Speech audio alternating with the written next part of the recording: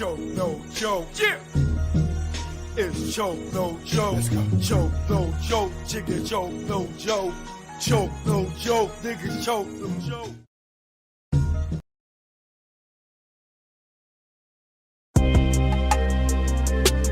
Yeah.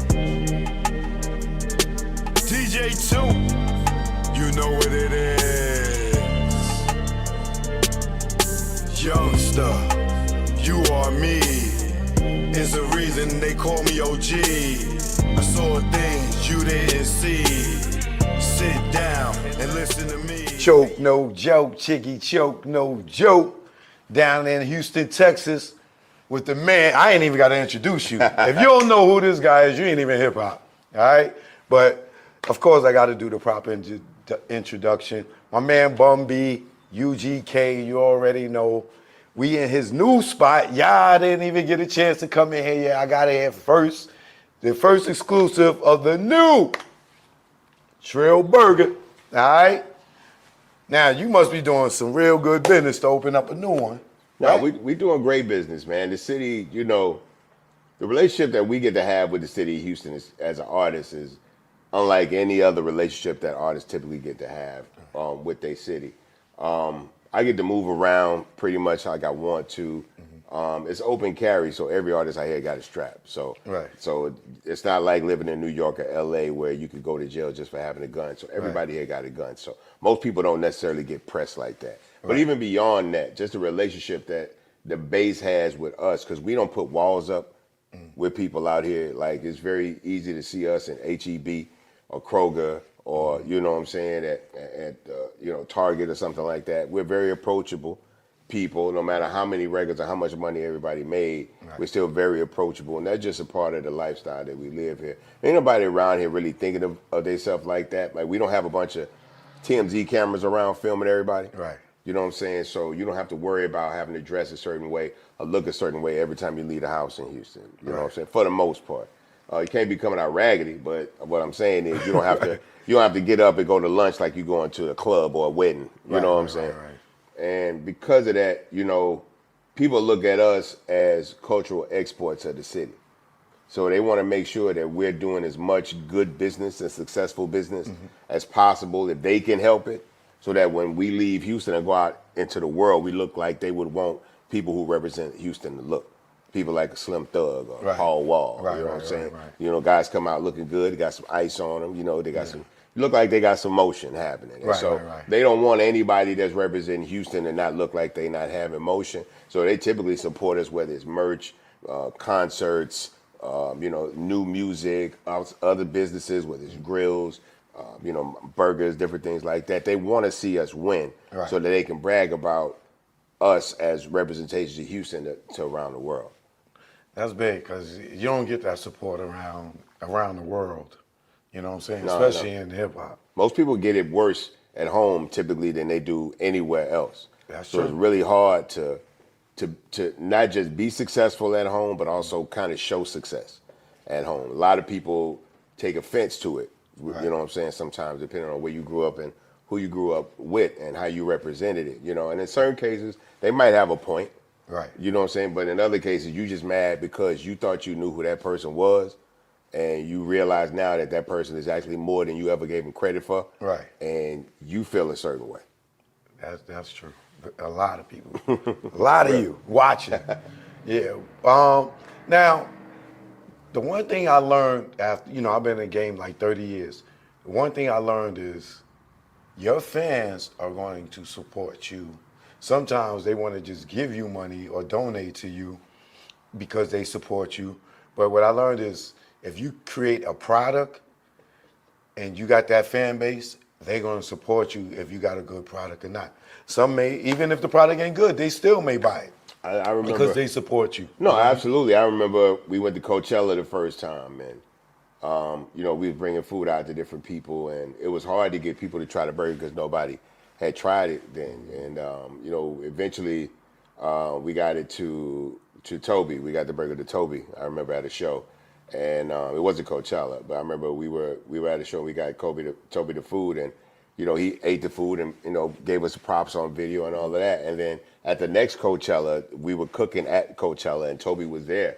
And Toby was with with another artist, and he told the artist, he was like, you know, the first time I tried this, you know, he made me try it on camera. I thought I was gonna have to lie for the OG. You know what I'm saying? So, right. Which is crazy because that's the level of support people would be willing to give me. Yeah. Even if he didn't think my burger was the best burger in the world, right. he was gonna act like it was in the right. moment just to try to be supportive of me. Right. I would never want nobody to do that because if I was lying on something, now you in on the lie. Right. You know what I'm saying? And now you finna look a certain way because you put your reputation out there and your integrity on something and you knew wasn't real. You know, and I appreciate having friends that's willing to go that far for me, but I want to live a life where I would never have to ask my friends to do that for me. And I want it wouldn't be good for your business. No, because if they lying to you and you thinking it's good and then, you know, you invest all your money and you push it because somebody told you, oh, it's great, this, that, and other. You believe them and it's not. And then all the gang of people come and they like, what are you talking about? This trash. The reality ruins your business. The reality is that everybody that's going to try my burger is not going to try my burger while I'm there.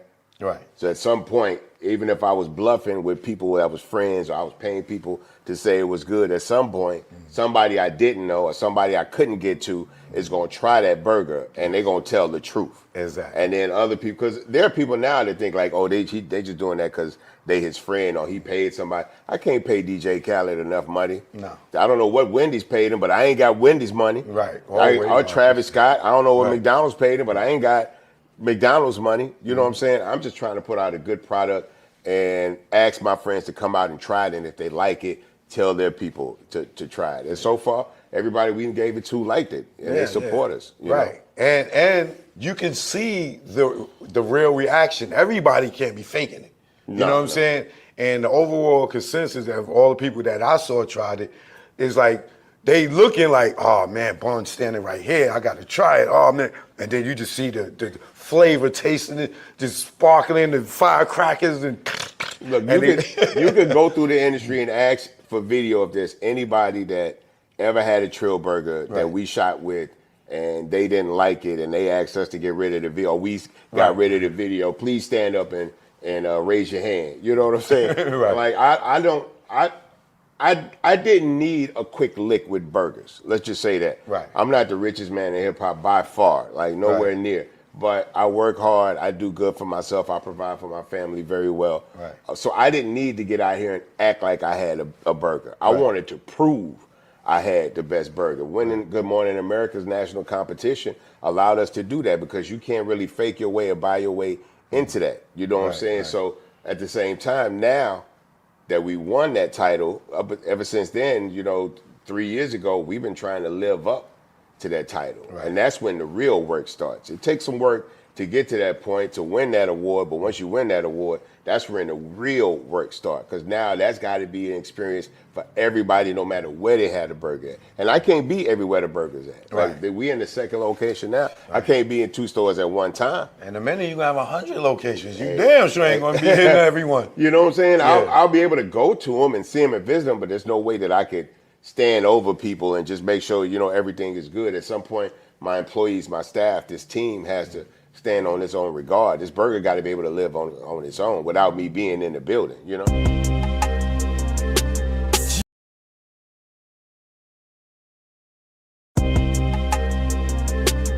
Yeah. DJ 2, you know what it is. Youngster, you are me. Is the reason they call me OG. I saw things you didn't see. Sit down.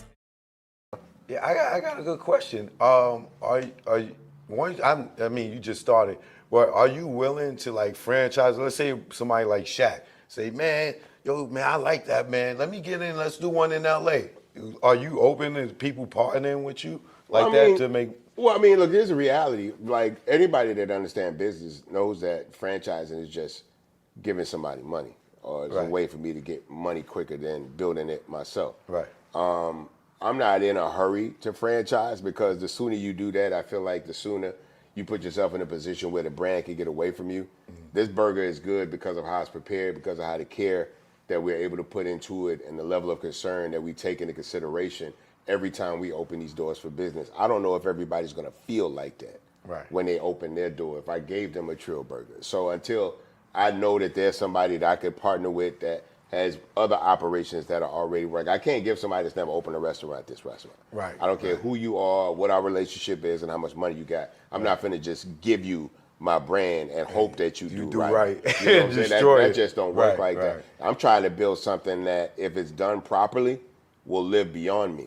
Like the heights of this business would possibly happen when I'm gone. That's what I'm trying to build. And when I say this business, I don't just mean this Trill Burger establishment itself, because we got Trill Tennis, we got other things that we're looking to open up. I'm looking at this umbrella company as an operating group, right? That has this type of restaurant. You know, some that are more fast service, and some that are more sit down and more fine dining. At some point, we want steakhouses. We want all these type of things under the umbrella.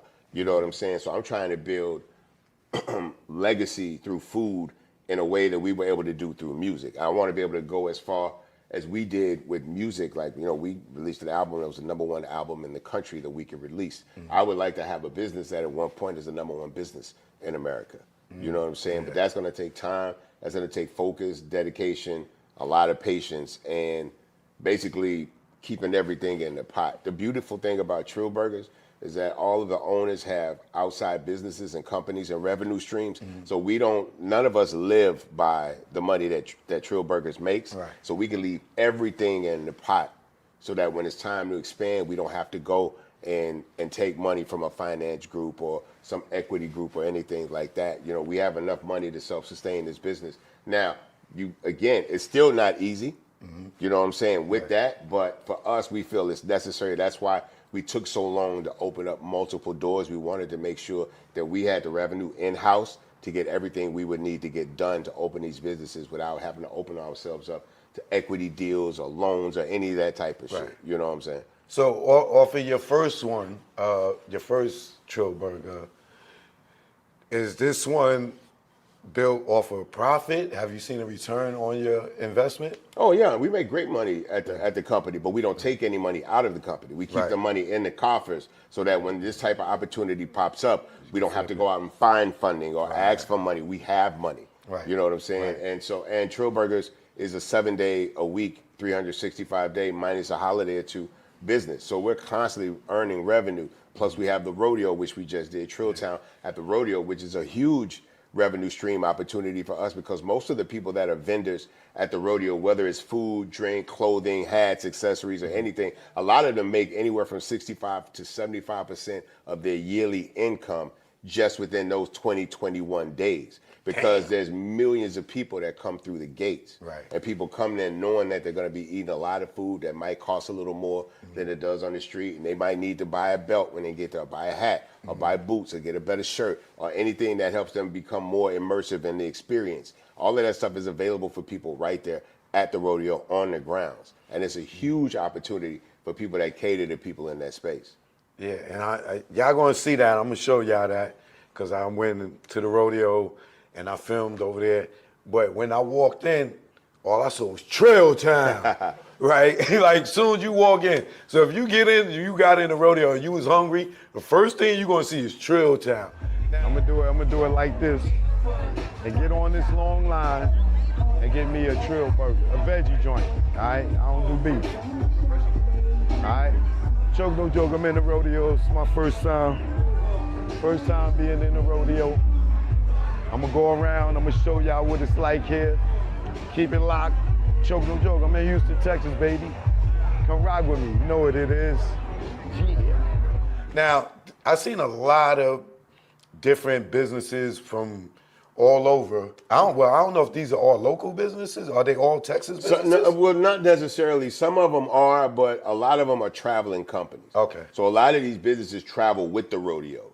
So as the rodeo goes from city to city, they open up their booths and they sell to merchants in different cities. But what we do in Houston is the largest produced rodeo in the world. There is no larger rodeo than the rodeo you went to. Okay. Most rodeos are much smaller.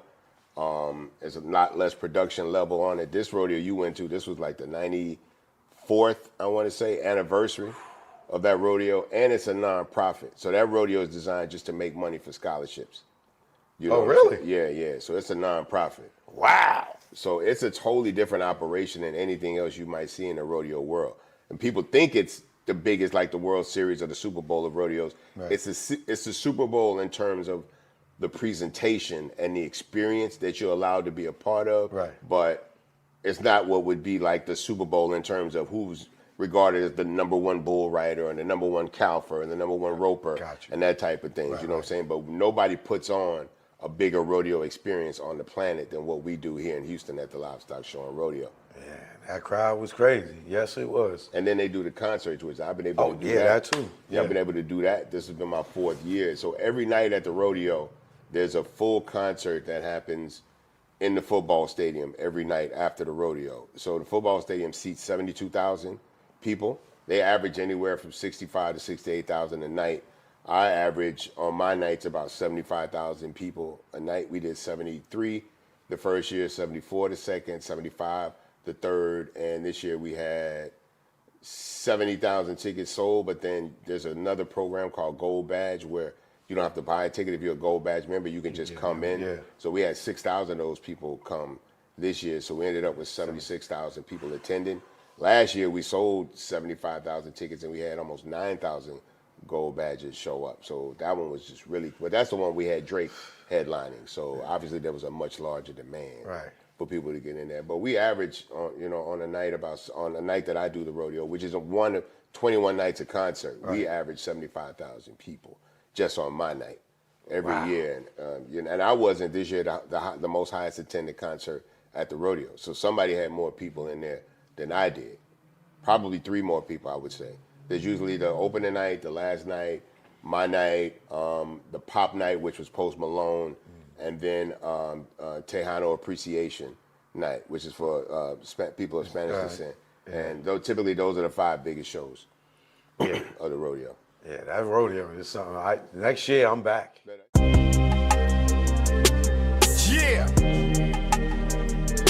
DJ 2, you know what it is. Youngster, you are me. It's the reason they call me OG. I saw things you didn't see. Sit down. Choke, no joke. Yeah. It's choke, no joke. Let's go. Choke, no joke. Chicken choke, no joke.